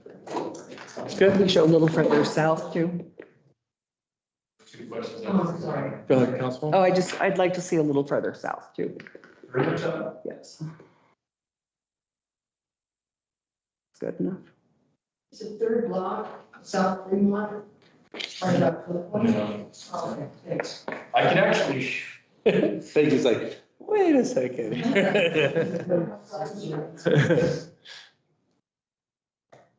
Max's house too while we're here. there we go. So there's the approximate zone A that it's eligible right now. So any property that touches that, the problem. And as you get up over here, see if I can get it to fire. So there's a lot going on. All of this area right through here, all that kind of gray hatch area, the current approximate zoning. I will say I've actually modeled Pine Creek myself back when I was with the private world during the town of Pinedale work on Pine Creek, actually. And I can tell you that the purple that's showing is much more representative of conditions I lived by the modeling I have done. So. Thank you for catching the fact that there was a period for comment. Yeah, caught me by surprise. I'm really thankful for Austin Gilbert. This guy's been through this process. I have not been through this process. It's a great feel for kind of the opportunity that's in front of us. All right, great. All right, let's go on to the next item, the revised short-term rental applications. I'll let you point out the changes you made. Primarily, it's going to be time, and go ahead.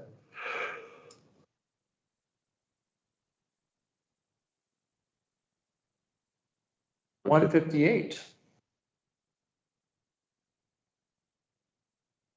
So, Mr. Mayor and Council, the primary changes to this are some of the the catch-all phrases at the end of the application and the inclusion of a renewal application instead of just a new application. And so there's two applications before you've never had a renewal application. It's very clear in there that in order to qualify for a renewal, you have to turn certain items in. We're not going back and forth with you 45 times to get those things, because you should know what's required. Other than that, everything is very similar, and this would kind of just come alongside that three-year inspection you guys did, is clean up our paperwork to form, and then able to review the legal items that are at the end, is kind of these, why we do the inspections, and kind of some of the things that, I don't know what the word is on the end of those, but kind of those legal aspects, and those are much more robust than the original application. So we'll be seeking to approve not only a new application form, but a renewal application form. And then you'll see your fee resolutions later in the application. We've requested that we add renewal for STRs in fee resolution at $100 discount to a new application. So that's the only change in the fee resolution, unless Amy added one after that. But I got it. She was pressed for time on Friday. So. So there is a typo on both of the forms in the same place. And at the bottom where it's advertising methods, self-advertising is misspelled. Oh, I see it. On both of them.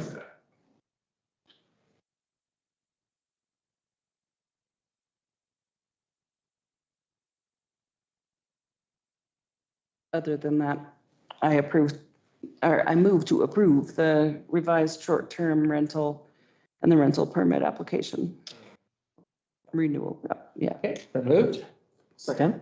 Moved by Councilwoman Boyce, seconded by Councilman Kasiba, to approve the short-term rental and the short-term renewal form applications. That'd be obviously changed, that's typo. Any other questions or discussion? Hearing none, all those in favor, please say aye. Aye. Opposed? Motion carries 5-0. Oh, Riley has been on here for an hour and a half, itching, I say, to talk about airport fuel trucks. Obviously, I apologize. I'm not there. Hopefully you can hear me all right. I'm homesick right now. We can hear you and we see you. Thank you. Awesome. You look tired. Yeah. As directed by the town council over the last about 2 months, I believe, we've done some further research into our Jet A fuel truck problem. Right now, I'm in conversations with a guy out of somewhere east of here. It's hard, I can't remember right now. But essentially, when we had this conversation at the airport board as well, if we don't want to buy a piece of junk, essentially. So we found another option. It's quite a bit more expensive. They're looking at a fuel truck, early 2000s model. 5,000 gallon storage capacity, but it has an entirely new fuel system. So the whole fuel system's been rebuilt, resealed, new nozzles, new hoses, and that comes in at 65 grand. Upon discussions with the guy, I've talked to him quite a bit, but essentially what he does is he takes these fuel trucks and just refurbishes them and resells them. And so the idea was brought up, well, do we go to an RFP? I mean, this would be the idea, is go to an RFP with this guy and essentially throw the old little ex avgas truck, a 1,500 gallon refueler, in there for sort of a trade-in value with an assumed $1,500 or $15,000 trade-in value. That would get us down to 50 plus shipping. So I know it's still more than we had anticipated and more than I believe we had budgeted for. But that's what we found, but we just wanted to bring that to the council for potential, I guess, your thoughts on the matter. We have to be advertised for anybody to inform them, so we would have to identify the exact specs of the truck we were looking for and advertise the other refueler as a trade by state statute. I believe it would have to be an actual request for bids. Yes. I really believe it, though it doesn't go off the airport, it fall out of that category. I think you're right. Yes. So remind me how old the other one was that we were talking about? It was a 1989 model, a 2,200 gallon refueler with a very old fuel system on it, original to the truck. And I'll say slightly poorly maintained as well. This would be just a pre-def diesel exhaust fluid, so no def on it, no DPF or filter regeneration or anything like that. Diesel engine with a completely new fuel system on it. So brand new stainless front to back, pressed injection. I believe it's a mechanical meters. Let me double check on that. But just a bare bones fuel truck, but the part of it that makes us money is all brand new. And if I remember right, weren't we gonna come out of that other deal somewhere around 30,000? So, That's correct. To me, this 50 doesn't sound that bad, or even 60, I mean, for that much newer I and, feel like this is the next step. I don't think Yeah. there's a lot between this one and that. yeah, no, I mean, I feel like for what we're comparing, what we could have gotten at that price to what we can get at this price, yes, it's still older, but it's considerably newer than the other one and it's all rebuilt, so maybe it's worth just doing that. And the other one was coming, correct me if I'm wrong, it was coming out of California. It had basically racing skids for tires, which would have to be replaced for our climate. I am much more comfortable with this approach, recognizing like we have to go out for bid and all that, but I had some very serious concerns, and I think the airport board shared those concerns with that original vehicle. So I am supportive of this approach, getting potentially a newer vehicle that has newer mechanics and would be a little bit more reliable. And frankly, not a money pit that we'd be looking at with that 89. And if we can trade in an unused piece of equipment too, then that's icing on the cake. Yeah, and like I said, that's the real biggest difference to me between these two pieces of equipment is, well, yes, it is, like I said, still an early 2000s rig. I mean, our current fuel truck is, I believe, an 05, and it's proven its metal quite a bit, but it's really the part of it that's important. I mean, we got Kurt, we got Kevin, we can fix an engine. It's the stuff that takes a lot of time, energy, and specific skills that it's really hard to fix. So we'd be going from a 1,500 gallon to 5,000. Are there any other concerns That's we need correct. to think about in that scenario? No? Our current refueler is, so we have a 5,000 here. Right. We have a 15. Yep. The 1,500 is our backup refueler, but there's no way we can run Chris through it.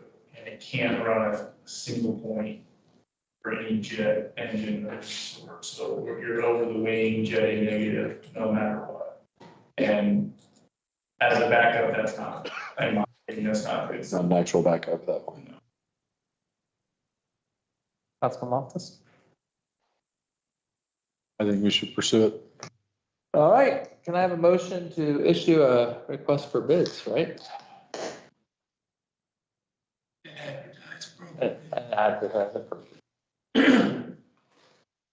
I move that we issue an RFP or request for bids and advertise appropriately. Second. Moved by Councilwoman Boyce, seconded by Councilman Kusiba to authorize a request for bids and advertise appropriately for a new airport, a used airport fuel. All those in favor, please say aye. Aye. Those opposed? Motion carries 5-0. So I've got to drop the pitch any comment. But go ahead. okay, no. It'd be from- How many fuel trucks can we buy with 15 sales tax? So honest question, if you guys have been in touch with the guy, Riley said out east, that refurbishes the fuel systems on those trucks, is there any thought to the 1,500 itself just simply being redone by him? Challenge 1,500 is, there's two challenges. It does not have a filter vessel on it. For filter vessel on it. It'll pre-press, so it have to have a pressed system outfitted on it as well, which I think takes like probably 10, 15 grand to put a pressed system on it. So it's certainly a realm of possibility as well. Like more complicated. And like, I feel like there's got to be more than one guy in the US that does them, but maybe I'm wrong. I don't know, and you try to. No, buy there's, a used fuel farm, it's so hard. So there's a large kind of subsection of companies that do go through these fuel trucks. The biggest challenge we have with our 1,500-gallon fuel truck is it would likely be a full plumbing replacement. So we'd be putting a brand new fuel system on it from top to bottom. Jet A fuel lines are typically sized at, I think it's a 4-inch line. That's what you fill it off of. That's what you fill aircraft off of. And that the one that's on the current truck is the 2-inch line.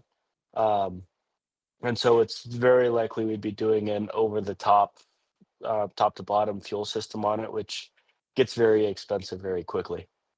I mean, is that like 15K in itself? Pretty much, yeah. I mean, the problem with jet fuel is that it's really not that big of a deal to really have to deal with. I mean, it has a very very high flash point. It takes a long time for it to get hot enough to combust. But with the standards that are put on aviation fuel, we have to be very careful of what we're allowing to do, just because it then becomes a problem of quality assurance and quality control. And that's a big thing we work for at the airport, just to try and maintain, because I mean, I do a fuel audit every year with a variety of companies just to make sure that we are doing everything right. And so it just becomes a challenge because we can't even fill it off our farm currently without going over the top, and that's a big static electricity hazard. Okay. Yeah, no, I was just curious. I know we already made the motion. I agree with it, but just. Yep, okay. I have a question too. Yes, sir. When will our current 5,000-gallon fuel truck need to be retrofitted? So really, we've begun the process already. So just over about 2 weeks ago, because the truck is in the condition that it is, which is pretty good condition, we're just in the period of time where we're looking at rebuilding a lot of these systems. And so we can do a rebuild pretty cheaply. I think we just rebuilt the front 2 nozzles for a total cost of about $400. And that's just going through putting new seals on. Eventually, we're going to need to do a little bit more work with it, but it just, as you use it, it'll slowly start to leak in spots. I mean, it's the same with most aircraft. If it's leaking, it's full, so that's a good thing. But it just takes time. I mean, we have drips here and there, and how to fix them, it just takes time. And if we have a redundant truck, then we can take that truck out of service for 2 months and begin that process. Good when it's leaking. Okay, that's like an overflow. Yes, it's full.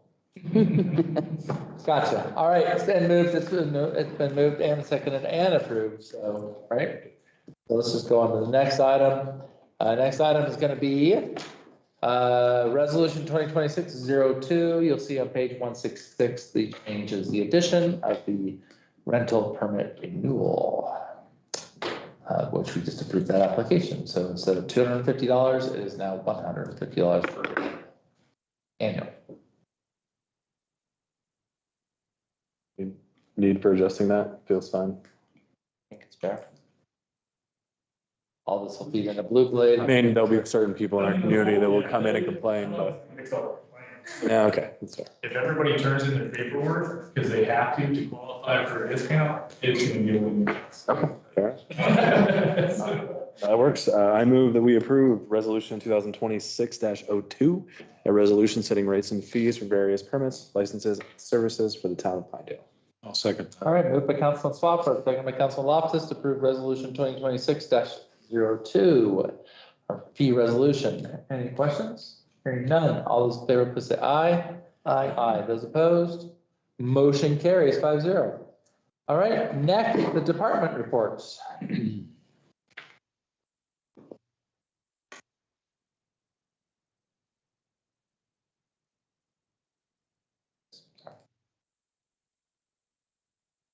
Municipal court. What it is. Questions? Yeah, should be higher. That's what I think. But anyhow, I don't meddle on the court side, do I, Ed? I'm a very good mayor. There's no fingers on any scales. The separation now. That's right.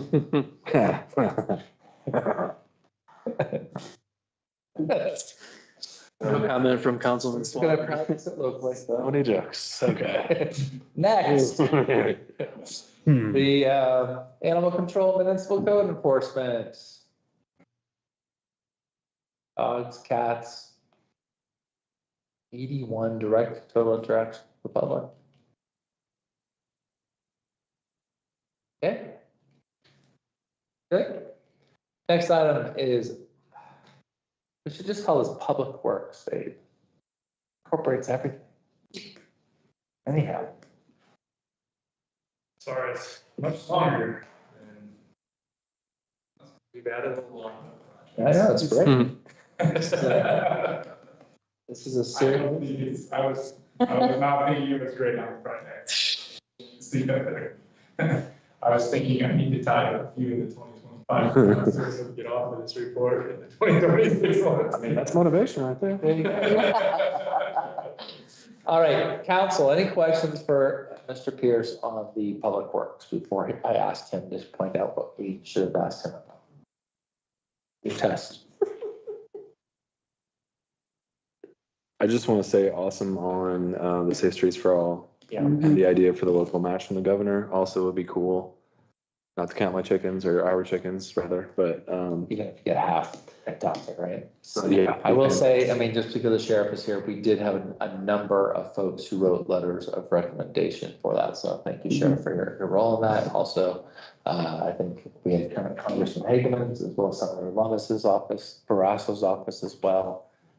Chief Cooper did. Gordon's office did, yeah, so we had, I want to say like 12, 10, or 10, it's like 10 or 12 letters, so it was good. So they're already aware that we got it now, so they said congratulations to us. All right, any questions for Abe on this report?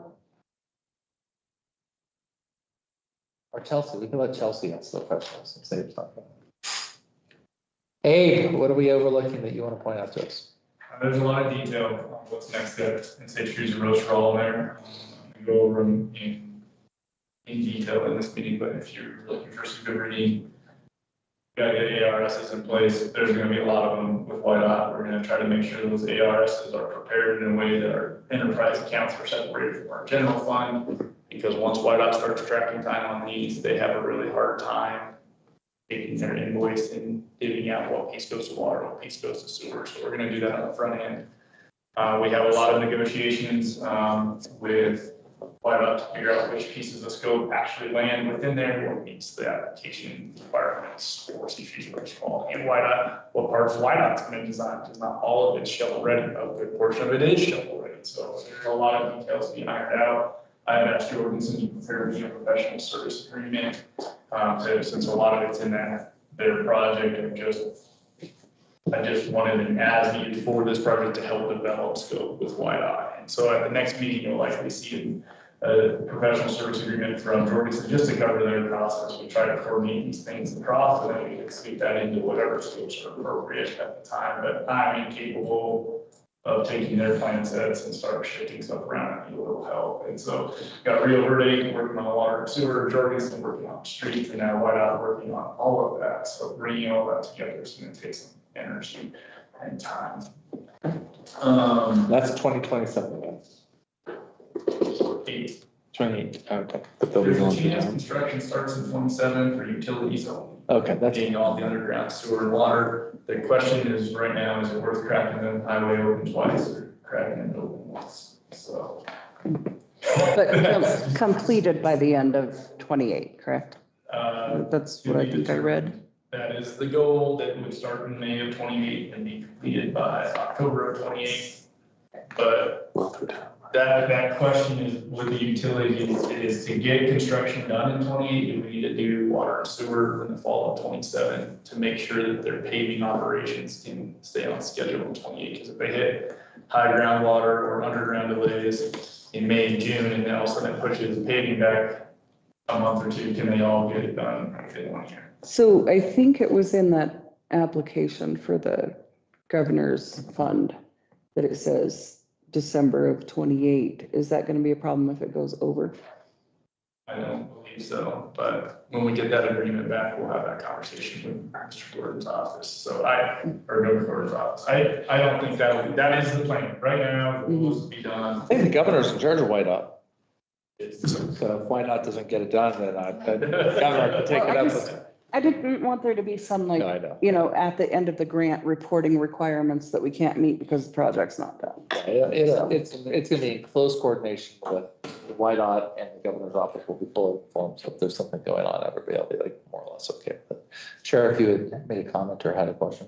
No, I'm just hoping that our main road stays open until 2028.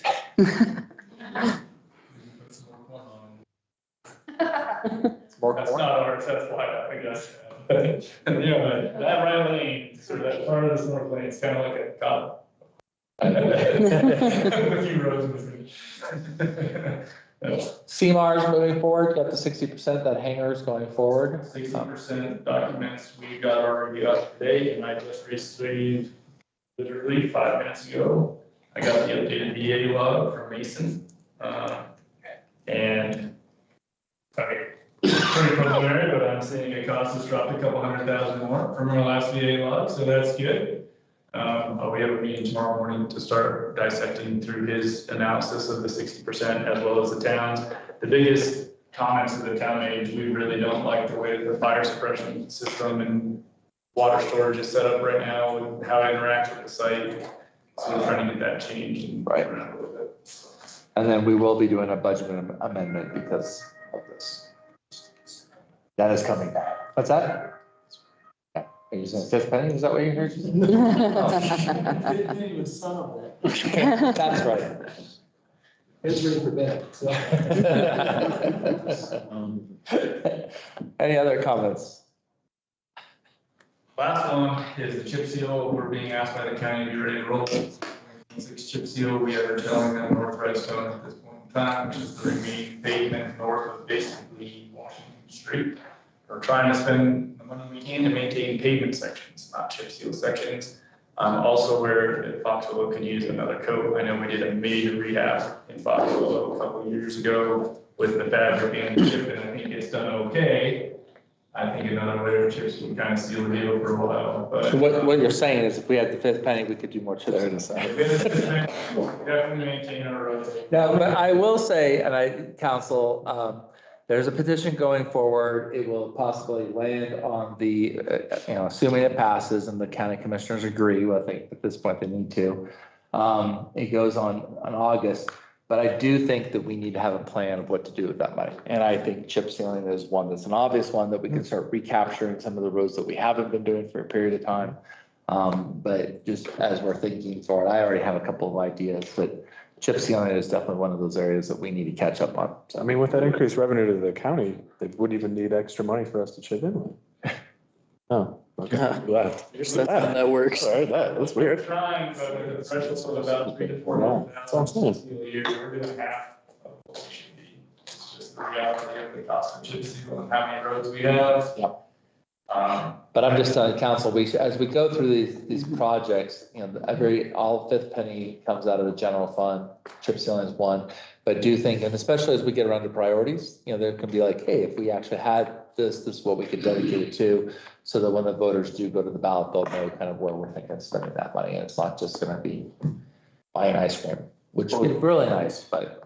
It's not just a new tax, like there's a real reason. Yeah, right, there's a real reason for it, and it would actually fill a hole, so anyhow. What else, Dave?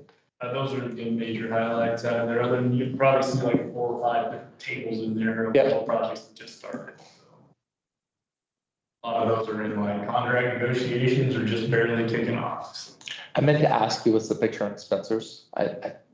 That is an ARV vault down Tyler Avenue. There's an ARV vault on either side of the creek, so there's 4 total. Yeah, that's how I'm And that has been a major overhaul project of ours this winter. Those ARVs are not, we had one blow up a couple of years ago, if you guys remember. And we had to shut down a significant portion of our water main because there's no isolation valves in those vaults. And so Mr. Bowers did a site plan and DEQ permit for us to modify those vaults. And by adding isolation valves onto the ARV, if one were to fail, we can just isolate the ARV and keep the main Yeah, I've seen them working because I drive right by there for lunch every day. So. Have we had any frozen lines this year? You know, I have not heard much. I think we had them early in the year, the very typical, like, someone is with their vents in and their crawl space and their pipes under their house froze, but I have not heard of one. Have you? Either. I can I ask. mean, it hasn't been super cold either, I but was gonna say it's been incredibly mild. yeah. Yeah. But. Yours hasn't frozen? No. I do have an interesting feature in my front yard I've never had before. Right where the new line goes into my house. Is there a help? No, there's a huge bubble under the ice, a huge air bubble. You can see this air bubble under the ice, and I'm sure it's just from water running down and air coming up.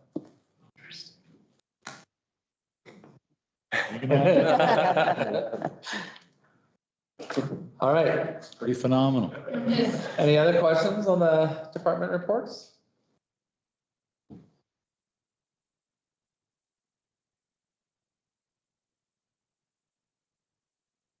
Airport, any questions on the airport? Page 193.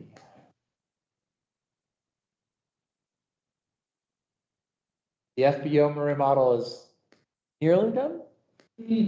That's a stretch of a statement, but one of the bathrooms is complete. It looks good. Yeah, one bathroom is completely done, the other one is gutted, needs some plumbing. Get ready to go to the next phase, and then upstairs, that bathroom upstairs is, kind of just waiting on the ability to buy more materials. Yeah, it's almost, it's framed out, that one probably has way less work than the bathroom downstairs does, so it's progressing well. I will prepare a report for you before and after. Sold a lot of fuel in December. Yeah. So the cleaning personnel that worked out there for Emblem Aviation back in the day, when they saw the picture I showed them of the current restroom, they said, wow, that could be kept clean. That's their exact words. So well done. Good job, Dave. Thanks for that. And Chelsea. Riley, Kevin, Richard. Oh, they're not here, so thank you to you. Yeah. All right, moving to the airport report. Travel and tourism. Yep, pretty standard. I was a bad council member and forgot about my subcommittee meeting, even though I'm the reason that it's on Tuesdays at noon instead of Wednesdays at noon. I think it's because you got upset about something. What? You were upset about something, let's you skip, yeah. Oh, yeah, my company's bonus depends on me being available Wednesday at noon, the third Wednesday at noon. And so I was missing my safety meeting for the company, so I thought if I could bump it forward 24 hours, I would still not forget, but I did. Yeah, so. Looks like we're up. Yeah, basically, you can see for the financials, pretty obvious. We got a little bit more of collections in, than what we had. The delay is different now. Yeah, you can see that. Which we anticipated. About 2 months now? Well, it's closer to 3. I think before it was a month, then it was 2, and then the county's more involved now, so. So when we There's an see extra. like a December of 44,000, that's probably October. Yeah. Yep. Yep. Other than that, nothing major to report. Maureen was also unavailable this Tuesday, for a meeting, so it would have been short and sweet. All right, that's the end of department reports. Thank you, everybody, for your hard work. Yes? Summer related travel and tourism, or carnival, Yes. is being funded by travel and tourism dollars, or has the ability to be. No ski touring this year, and likely no cardboard classic. I think it's kind of a kaput at this point, but. It's supposed to be 47 this week. There's no snow. They said- No, we have wheels on those things. Yeah, so there won't be cardboard classic. It just stinks to have a winter. There you go. Yeah. So it stinks to not have a winter carnival. There will be hot dog eating contest the Friday 13th. That will still be taking place. There will still be a snow machine show. And then I know the chamber has their gala on Saturday night that is essentially what our snowball used to be as well. So different organizations, but there's a gala that. Plenty of stuff to do that weekend, just not the normal stuff due to. No snow, no winter? We've never had that problem. We've always been like, oh, no snow, and then snow shows up. It's fine. We looked, a couple skiffs between now and the 20th, I think, of February is all that we looked in the forecast, which had people that have lived here their whole lives, and they're like, we've never seen this. So it's pretty crazy. Yep. But times are changing, I guess. So thanks, Jetstream. Times they are changing. That's all I had. Sorry. Okay, thank you. All right, next item is the routine business, the unaudited financial report for the fourth quarter of 2025 is in there. Take the time to look at it if you haven't already. A question Yes. on page 213. 213. Got it? I don't know if I'm looking at this wrong, but it looks like that 67,000 on the budget lines up with the Discovery Center. And I'm trying to understand, I mean, I kind of understand, you know, with the subtraction of the other stuff, it just looks like, is that a typo or?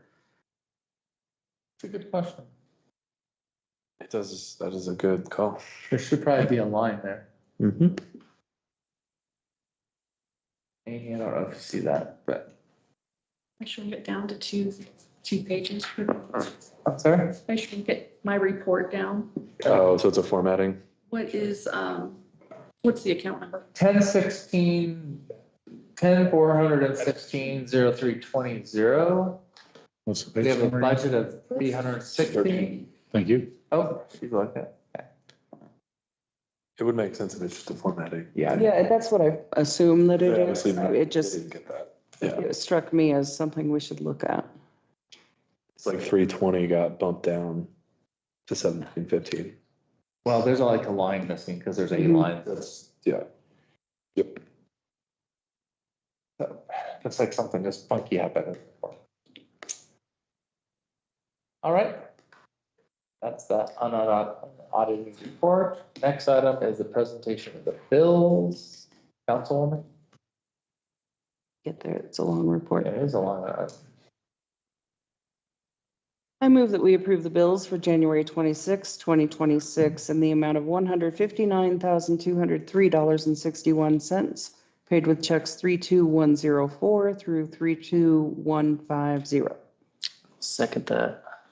Moved by Councilwoman Boyce, seconded by Councilman Casiba, to pay the bills in the amount of $159,203.61. Checks number 32104 through 32150. Any discussion? Hearing none, all those in favor, please say aye. Aye. Opposed? All right, motion carries 5-0. Next item is payroll and benefits for January 31st, 2026. I move to approve payroll and benefits for January 31, 2026. Second.